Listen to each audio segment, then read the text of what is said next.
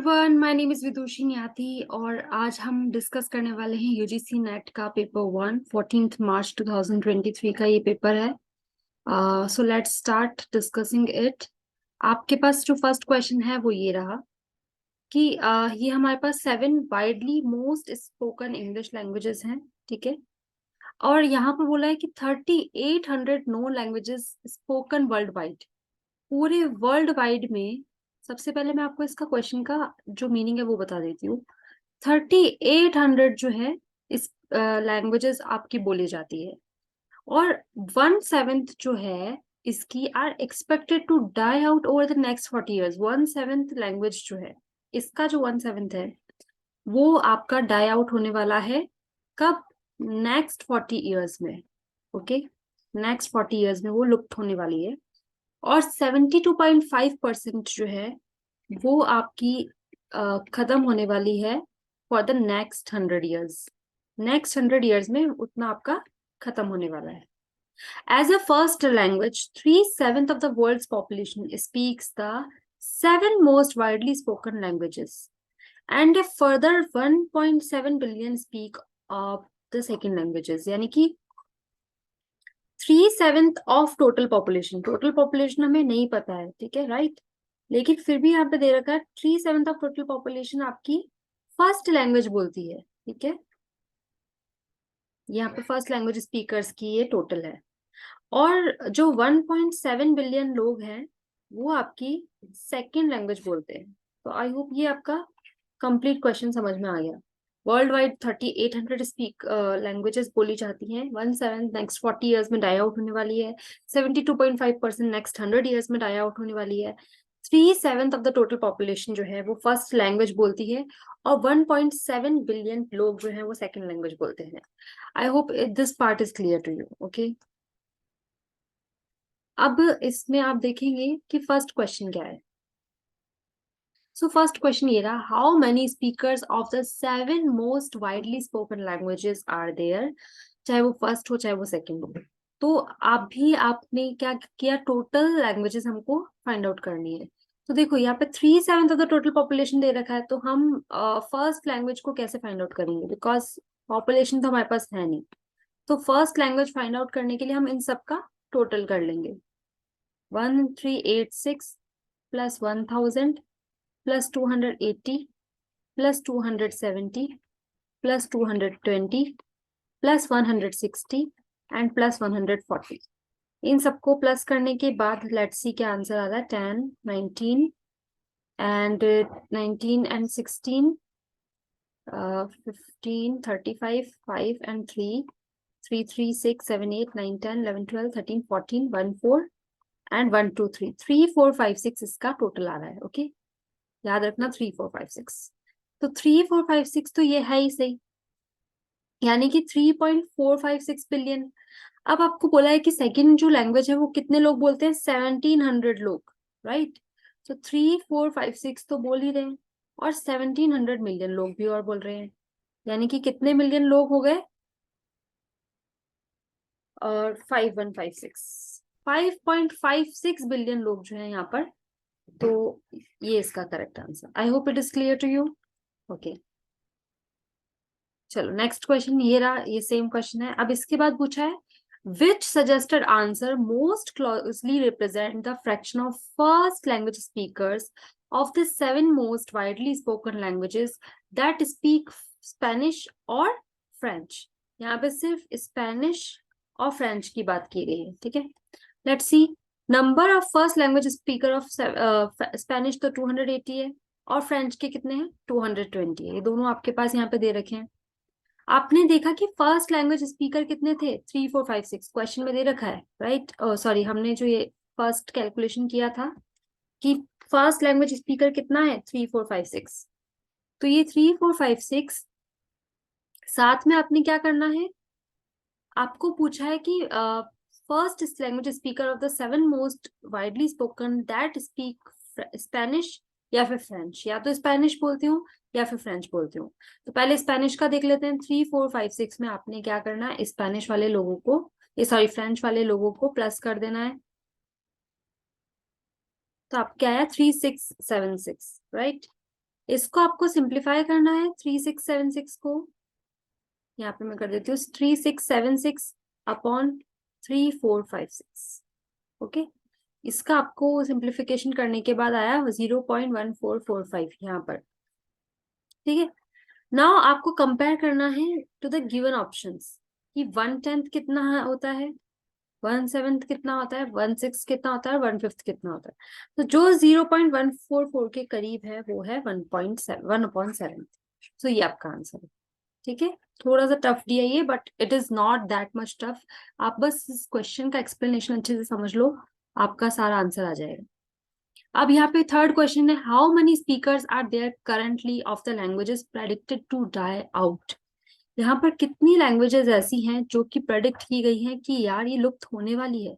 देखो, क्वेश्चन में हमने पढ़ा था कि 3800 नॉन लैंग्वेजेस में से 1/7 ऑफ दीज लैंग्वेजेस जो हैं वो लुप्त होने वाली हैं, लेकिन हमें नहीं पता कि टोटल नंबर ऑफ लैंग्वेजेस जो हैं कितनी मेंशन्ड है, राइट। तो हम इसको नहीं बता सकते कि इसमें से कितना आंसर आएगा। जनरली जब अगर डीआई के क्वेश्चंस में अगर कैन नॉट डिटरमाइन या कैन नॉट टेल का आंसर आता है, generally most of the cases में वही आंसर होता है। तो ये आप एक तरीके से एक +2 मार्क्स का बोनस समझ लीजिए। ठीक है, फिर लास्ट नेक्स्ट क्वेश्चन है हमारा, how many languages are expected to die out over the next 100 years. अगले 100 सालों में कितनी लैंग्वेजेस जो है वो आपकी लुप्त होने वाली है। तो 100 ईयर्स वाले में भी दे रखा था कि 72.5% जो है 3800 का वो नेक्स्ट 100 ईयर्स में लुप्त होने वाला है। तो अब आप देखिए यहाँ पर 3800 का 72.5% निकालिए, यहाँ से पॉइंट था 0, 2 0 से 2 0 कैंसिल, इनको कैंसिल करिए आपस में, या फिर 725 को 38 से मल्टीप्लाई कीजिए। 0 756 58 56 7।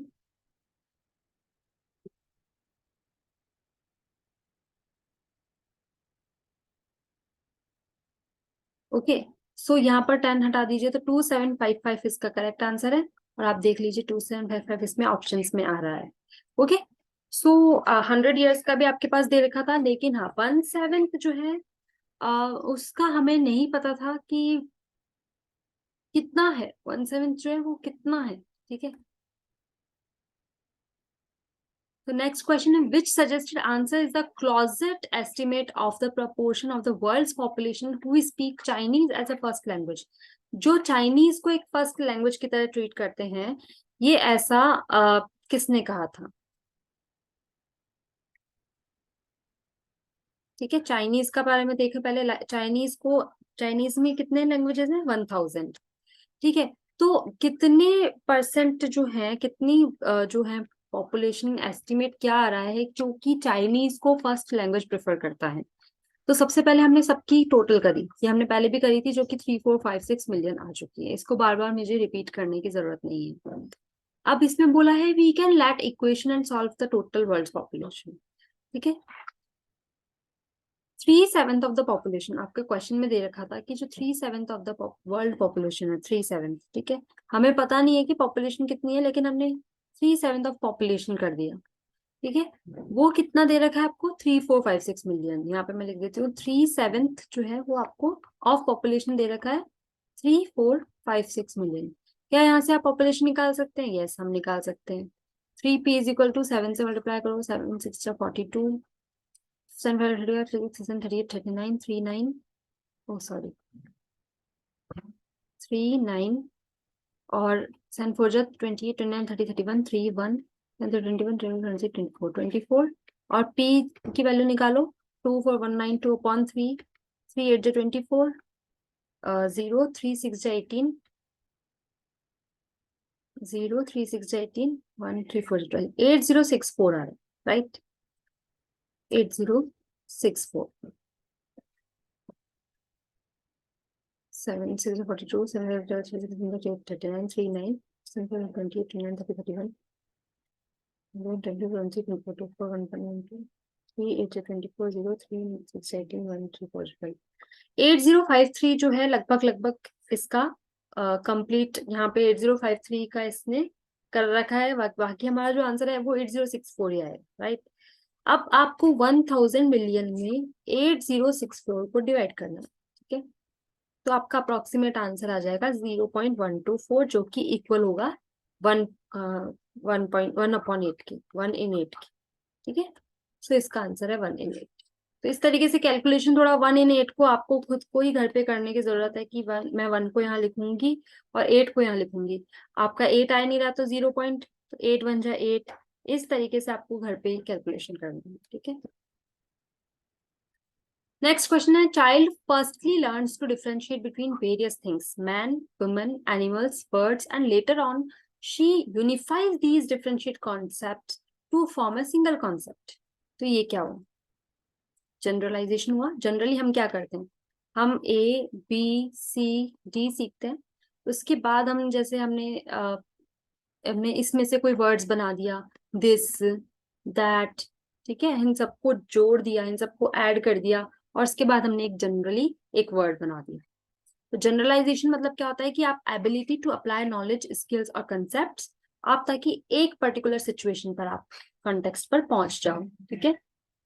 और एजुकेशन किसे कहते हैं? Generalization is important in education as it helps students apply concepts learn in one subject और एरिया टू अनदर। इसके बाद आता है आपका रिस्ट्रक्चरेशन, डिफरेंशिएशन और मेमोराइजेशन। आप यहाँ से कवर अप कर सकते हैं, सारे की सारी चीजें हैं। एंड इफ यू वांट कि मैं नेक्स्ट वीडियो में इन सबको भी डिटेल्ड एक्सप्लेनेशन दूं, तो आप मुझे कमेंट सेक्शन में कमेंट्स कर सकते हैं, right. Which of the following curriculum development models come under the non-technical, non-scientific model? Non-technical हो और non-scientific model हो, इनमें से कौन सा मॉडल ऐसा है? सो ओपन क्लासरूम मॉडल जो है वो ना तो नॉन टेक्निकल है, ना ही non scientific. Okay, open classroom model जो है, इसको हम ओपन एजुकेशन या फिर ओपन लर्निंग भी बोलते हैं।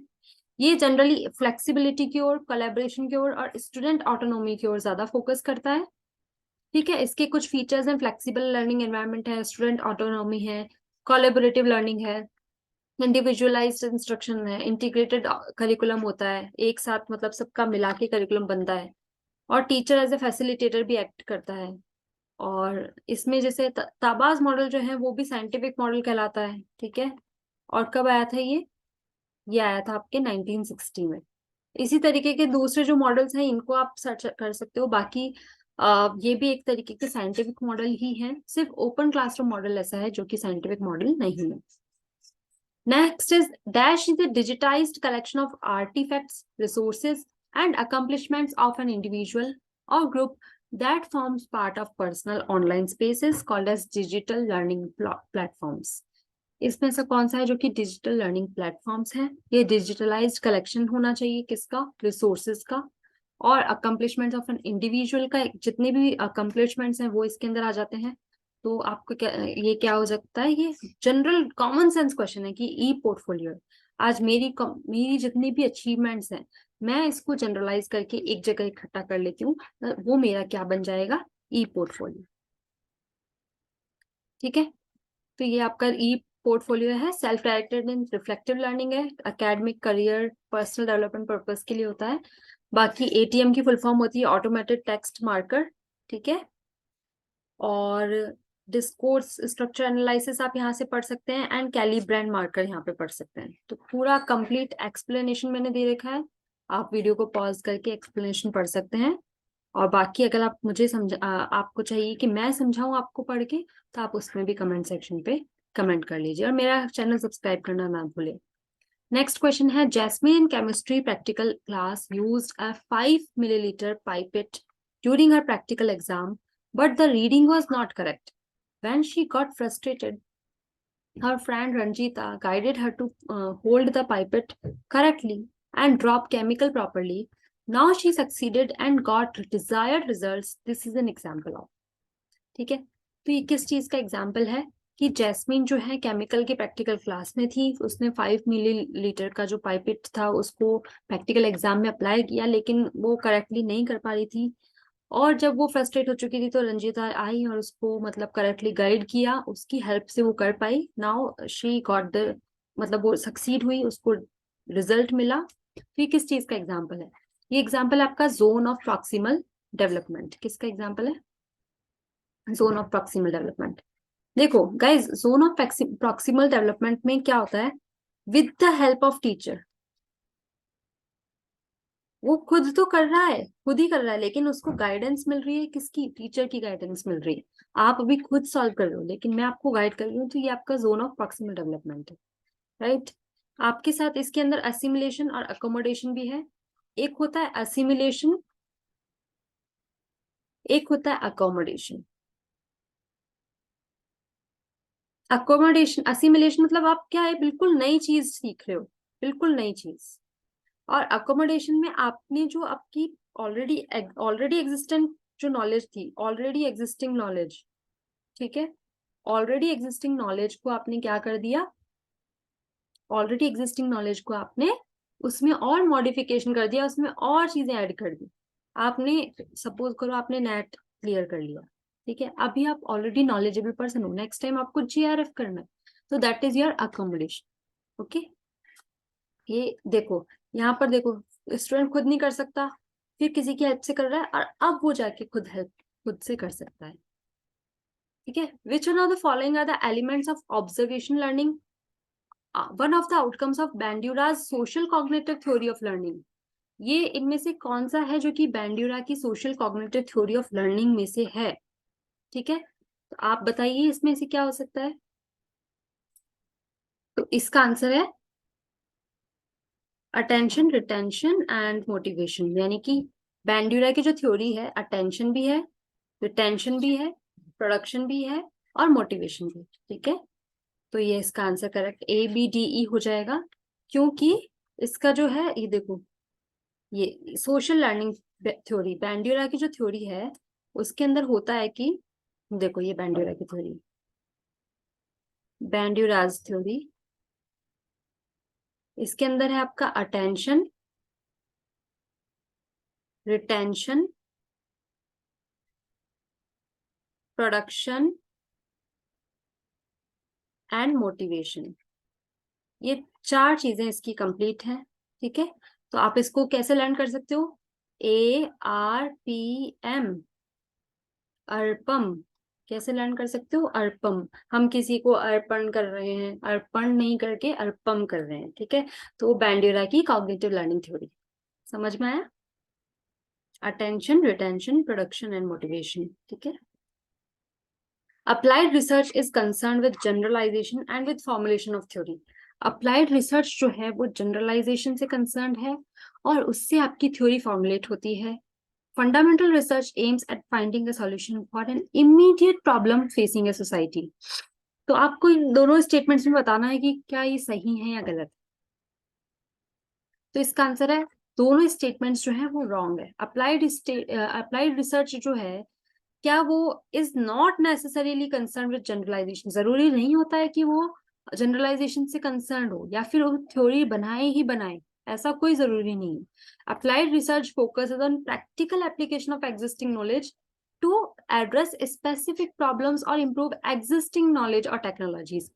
जो ऑलरेडी एग्जिस्टिंग टेक्नोलॉजीज हैं या फिर जो ऑलरेडी एग्जिस्टिंग नॉलेज है, उस पर जो प्रैक्टिकल एप्लीकेशन होता है, that is known as applied research. इसके अंदर कोई जनरलाइजेशन की जरूरत नहीं है। वापस मैं यहाँ पर आपको दिमाग में लगाने के लिए वापस आपको बता रही हूँ, अप्लाइड रिसर्च के अंदर नो जनरलाइजेशन, कोई भी जनरलाइजेशन की आपको यहाँ पर जरूरत नहीं है। फिर आपके आता है फंडामेंटल रिसर्च। ये क्या है फंडामेंटल रिसर्च? फंडामेंटल रिसर्च जो है वो बेसिक या फिर प्योर रिसर्च कहलाते हैं, ठीक है। और इसके अंदर जो होता है, it is not finding a solution for an immediate problem. ये तो प्योर रिसर्च है, ये इमीडिएट प्रॉब्लम को सॉल्व करने के लिए नहीं होता है, ये एकदम नई शुरुआत है, ठीक है। तो बिल्कुल नया फिनोमेना है, discovering new phenomena, developing new theories, new models, ठीक है। तो इसके अंदर पर्टिकुलर जो ऑलरेडी एग्जिस्टेड है उसमें से आप कोई सॉल्यूशन निकाल रहे हो, ऐसा फंडामेंटल में नहीं हो सकता है। तो यहाँ पर ये है aims at finding a solution for immediate problem, no, it is not aims at finding a solution. When a set of possible answers to select for a question is given to a respondent, it is called as। अगर एक set of possible answers अगर आपके एक कुछ question के लिए select दे रखे हैं, is given to a respondent, तो उसको हम क्या बोलते हैं? इसका आंसर है फिक्स्ड चॉइस क्वेश्चन। इसको हम क्या बोलते हैं? Fixed choice question. तो फिक्स्ड चॉइस क्वेश्चन होता क्या है? ये क्या होता है? एक्चुअल में क्लोज्ड एंडेड होते हैं, यानी मल्टीपल चॉइस क्वेश्चन होते हैं, इसका एक फिक्स आंसर ही होता है। सपोज करो मैंने आपसे पूछा ए के बाद क्या आएगा, तो इसका आंसर फिक्स ही है कि बी ही आएगा, ठीक है। अगर मैं आपसे पूछती कि क्या आपको ये पसंद है, नहीं, इसका भी आंसर फिक्स ही है। अगर मैं आपसे पूछती कि आप कौन सी क्लास में हो, ठीक है, अब आप क्या करेंगे, और चीजें अपनी तरफ से ऐड ऑन कर सकते हैं, या आप कल कहाँ घूमने गए थे, कौन सी मूवी देखी थी, ठीक है। इस तरीके के जो क्वेश्चंस हैं, प्रीडिफाइंड सेट ऑफ ऑप्शंस है। Most appropriate answer from the available choices used in surveys, assessments, questionnaires and other forms of data collection. तो ये सब चीजें वहां पर कंप्लीट होती हैं, ठीक है। और ओपन एंडेड किसे कहते हैं? ओपन एंडेड में अपने खुद के वर्ड्स पर जो रिस्पोंडेंट है वो आंसर कर सकता है, right. Coding schedule is used in, coding schedule किस चीज में यूज आती है? Discourse analysis, rhetorical analysis, content analysis या नैरेटिव एनालिसिस। तो इसका आंसर है कंटेंट एनालिसिस में कोडिंग स्केड्यूल है। आपको लर्न करने के लिए सी और सी निमोनिक ऐसा बनाओ जो आपको कभी भूलने ना दे, ठीक है। तो कोडिंग स्केड्यूल जो होता है वो किस में होता है? कंटेंट एनालिसिस में होता है। इसके अंदर क्या होता है कि system of categorising and labelling data. इसके अंदर डेटा को क्या कर रहे हो आप? कैटेगराइज कर रहे हो। क्या कर रहे हो? कैटेगराइज कर रहे हो। और बाकी इसको क्या और क्या कर रहे हो? लेबल भी कर रहे हो। कोड्स और categories that will be used to identify and classify the data. फिर आता है when a sample is chosen but because it is available to the researcher it is known as। अगर कोई सैंपल आपने चूज कर लिया क्योंकि वो इजीली अवेलेबल था रिसर्चर को, तो ये आपको ऑप्शन से दिख रहा है कि कन्वीनियंस सैम्पलिंग, क्योंकि ये नॉन प्रोबेबिलिटी सैम्पलिंग है, ठीक है। और रिसर्चर जो है वो चाहता है कि अपने डेटा जो है वो जल्दी से मिल जाए, ठीक है। आज मैं अगर रिसर्च करती हूँ तो मैं चाहती हूँ कि मेरे जो डेटाज होंगे वो आसपास से ही मुझे ज्यादा मेहनत ना करनी पड़े, तो that is known as convenience sampling. और इसके अंदर जो है रिसर्च क्वेश्चन इज एक्सप्लोरेटरी और द सैंपल साइज इसके अंदर क्या होता है? स्मॉल होता है। आप गूगल से क्या सर्च करेंगे? प्रोबेबिलिटी और नॉन प्रोबेबिलिटी। ये टॉपिक हम कवर तो करेंगे, बट अभी के लिए आप इन दोनों को सर्च करना, ठीक है। कुछ एक मैं बता देती हूँ, जैसे कि जजमेंटल यहाँ पर आएगा, ठीक है आपका, और कन्वीनियंस इधर है, सिस्टमैटिक इधर है, प्रोबेबिलिटी है, ठीक है। तो ये पर्पसिव यहाँ पर आएगा। इस तरीके के कुछ सैंपल्स जो है वो आपके दोनों पार्ट्स में डिवाइडेड है, ठीक है। A spurious relationship can be there when a relationship appears to exist between two variables। Spurious relationship वहां पर होता है जहां पर जो रिलेशनशिप है दो वेरिएबल्स के बीच में होता है। The relationship between two variables is always direct without any scope for an intervening variable। इसका कोई स्कोप नहीं है। तो इसके अंदर बताइए। तो यस, इसका आंसर है फर्स्ट तो करेक्ट है। स्पूरियस रिलेशनशिप होता है जिसके अंदर दो वेरिएबल्स के बीच में रिलेशन हो, बिल्कुल सही बात है। लेकिन relationship between two variables is always direct. क्या हमेशा डायरेक्ट ही होता है? नहीं, इसका इनडायरेक्ट रिलेशनशिप भी हो सकता है, ठीक है। कैन बी डायरेक्ट भी हो सकता है, इनडायरेक्ट भी हो सकता है, ठीक है। Are related through a third variable, so that is why it is not correct. The term analog media is primarily derived from, वो कहाँ से आई है? तो एनालॉग मीडिया जो है वो ऑडियो रिकॉर्डिंग से आया। कहाँ से आया? Audio recordings. So the use of analog technology in storing, processing, transmitting information, analog वहां पर काम में आता है। इसके अंदर क्या होता है? ओरिजिनल इंफॉर्मेशन से इक्वल होता है ये जैसे कि ऑडियो कैसेट हो गया, वीएचएस टेप्स हो गया, फिल्म रील्स हो गई, एनालॉग ब्रॉडकास्ट सिग्नल्स हो गए, ये सारे आपके एनालॉग मीडिया है, ठीक है। Meanings in communication go beyond, meanings जो होते हैं कम्युनिकेशन में वो कहाँ जा सकते हैं? तो लेक्सिकल सिमेंटिक्स, अंडरस्टैंडिंग, नॉलेज या इंटरनेशनलाइजेशन। तो मीनिंग्स जो है वो लेक्सिकल होते हैं। लेक्सिकल मतलब क्या होता है? एक तरीके से मीनिंग्स। क्या होता है इसका मतलब? मीनिंग्स।